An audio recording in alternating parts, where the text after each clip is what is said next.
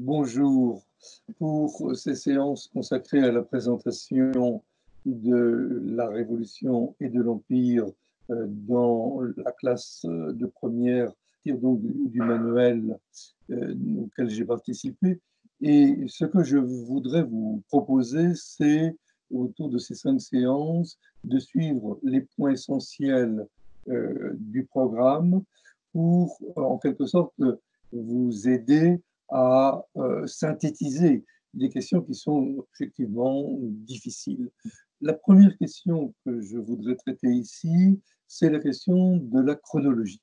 Comment peut-on bâtir autour de 5 événements importants toute l'histoire de la Révolution en évitant de se perdre dans cette avalanche d'événements difficiles et pour en tirer une leçon synthétique qui, évidemment, ne sera pas exhaustive, mais qui permettrait de tirer les grandes leçons de cette période. Et donc, dans ces 5 événements, le premier événement qui s'impose de lui-même, c'est évidemment la prise de la Bastille de juillet 1789, qui est un événement que je dirais, sans déformer les interprétations possibles, qu'il est plus symbolique dans ses effets qu'il n'a été important dans sa réalité. Il faut jamais oublier qu'il n'y a eu que 7 prisonniers libérés, qu'il n'y a eu, si on peut dire cela ainsi, et ne vous en choquez pas, une centaine de personnes tuées, ce qui était malgré tout moins important qu'au cours des émeutes précédentes des années 1788 et du début de 1789, mais l'essentiel est que la prise de la Bastille fait véritablement prendre conscience qu'on est rentré en révolution, même si personne ne sait très exactement ce que le mot recouvre, mais dans l'ensemble de la France, de l'Europe, et puis ensuite dans le monde qui va être relié aux événements français, le 14 juillet va s'imposer comme cette date symbolique de mise en difficulté du pouvoir royal. Deuxième événement important qui est signalé dans le manuel, j'ai oublié de dire que la prise de la Bastille, vous la retrouvez à la page 24. Deuxième événement important qui est cette constitution de 1791. Constitution de 1791, c'est la troisième constitution au monde après la constitution américaine et la constitution polonaise, à laquelle on pense en général que ce ne sont pas beaucoup. Mais il y a là la naissance d'un régime parlementaire, d'une monarchie parlementaire, c'est-à-dire d'une limite au pouvoir royal et du début de ce qui va s'imposer après à notre pays, qui est le recours aux assemblées, ce régime parlementaire dans lequel nous vivons toujours. Et il y a là, en quelque sorte, la transcription institutionnelle de la révolution qui rentre véritablement dans la vie quotidienne. Troisième événement tout aussi important, qui est l'exécution du roi. Je préfère l'exécution à la mort du roi. Les choses sont bien sont mieux nommées avec le mot exécution. Alors, c'est de janvier 1793. La République, la première République en France, a été établie à partir du 21 septembre 1792, mais on peut considérer malgré tout que cette exécution du roi consacre pour de bon l'établissement de la République. Alors là aussi, je crois qu'il faut insister sur le fait que cette exécution est hautement symbolique. C'est un événement considérable. 100 000 hommes au moins en armes ont été mobilisés le jour de l'exécution, le 21 janvier 1793. Et cette exécution qui se déroule sans véritablement d'opposition et qui n'est pas suivie par une émotion considérable. Je pense qu'il ne faut pas l'oublier non plus, va marquer là un tournant dans la conception même de l'histoire de la Révolution et dans une relecture de la Révolution à partir de ce moment. On est là dans un tournant important. Le quatrième tournant qui est marqué dans le manuel à la page 36, c'est une autre exécution.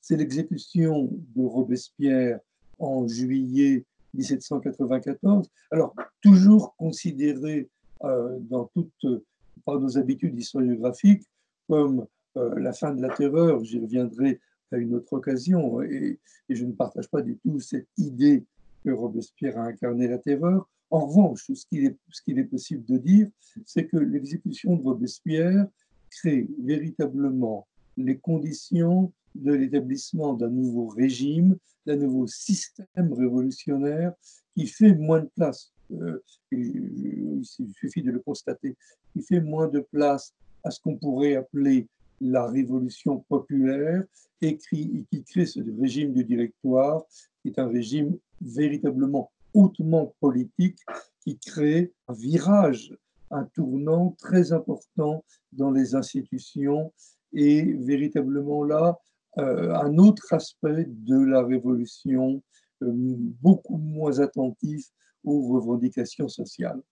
Cinquième et dernier événement, c'est 1799 et ça sera 1804, c'est-à-dire l'arrivée de Bonaparte et de Napoléon au pouvoir, soit comme premier consul, soit comme empereur, c'est-à-dire véritablement là, cette grande rupture, cette espèce de retour à un pouvoir autoritaire, à un pouvoir monarchique, même si les principes de la Révolution sont rappelés, sont continués et qu'une partie des Français qui soutiennent Napoléon le font au nom de principes révolutionnaires que Napoléon semble toujours défendre.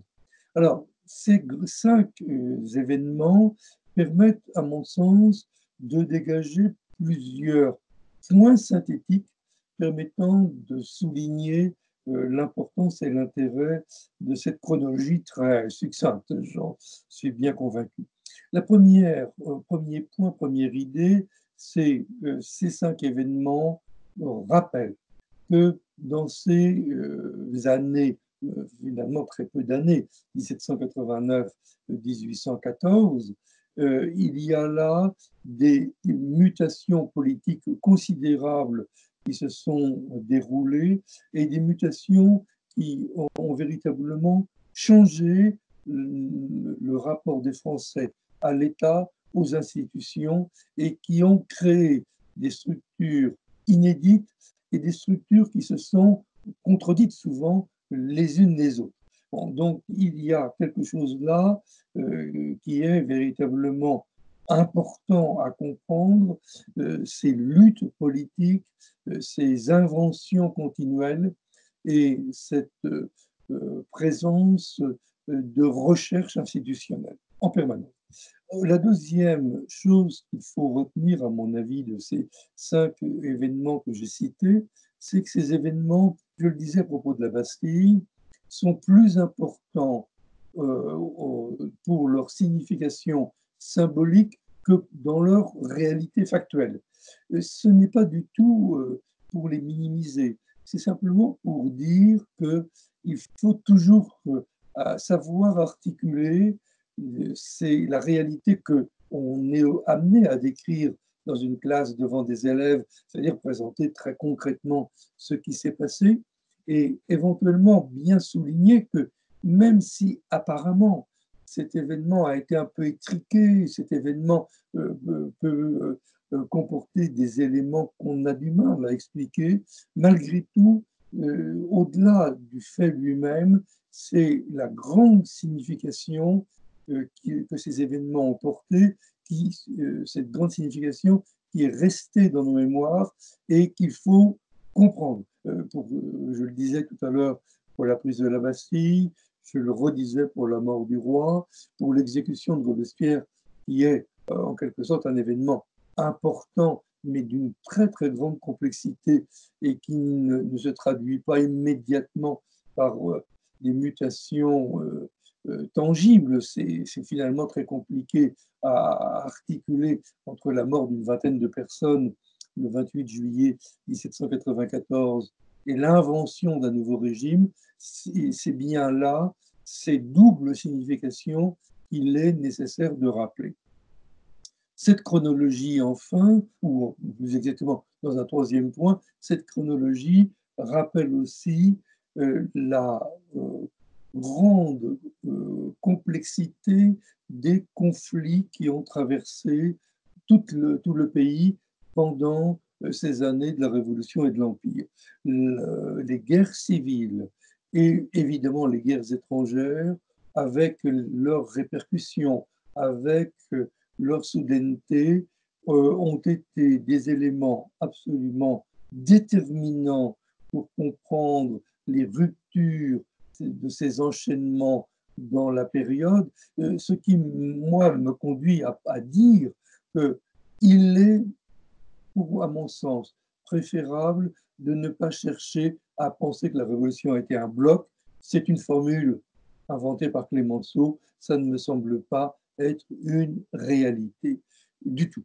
Dernier et ultime point pour conclure sur cette séquence, c'est que au-delà de ces tribulations, au-delà de toute cette complexité, ces années de la Révolution et de l'Empire laissent derrière elles un legs institutionnel, un legs politique extrêmement important. Ce sont sur les fondements qui viennent d'être créés dès 1789 que nous vivons encore, et il faut aller, je dirais, accepter de voir toute cette brutalité de la chronologie confrontée à cette permanence de ce qui reste du parlementarisme, du découpage en départements, de cet apprentissage du politique, voire de cet apprentissage du nationalisme français ou de la laïcité. On se retrouve pour les séquences suivantes.